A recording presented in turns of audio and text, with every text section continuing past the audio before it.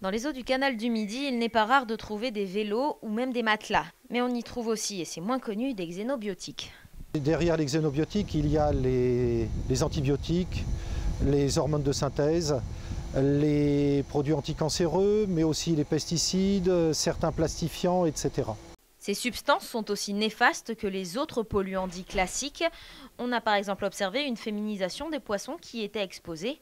Et nos amis les bêtes ne sont pas les seuls touchés. La médecine a fait un lien entre la présence de ces produits et puis l'augmentation de la fertilité masculine, de la stérilité féminine.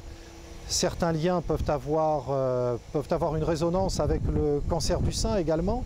Un vrai problème de santé publique que la société toulousaine Loira a décidé de résoudre. Aidée à 70% par les pouvoirs publics, elle a monté un pilote de traitement de la pollution médicamenteuse de l'eau.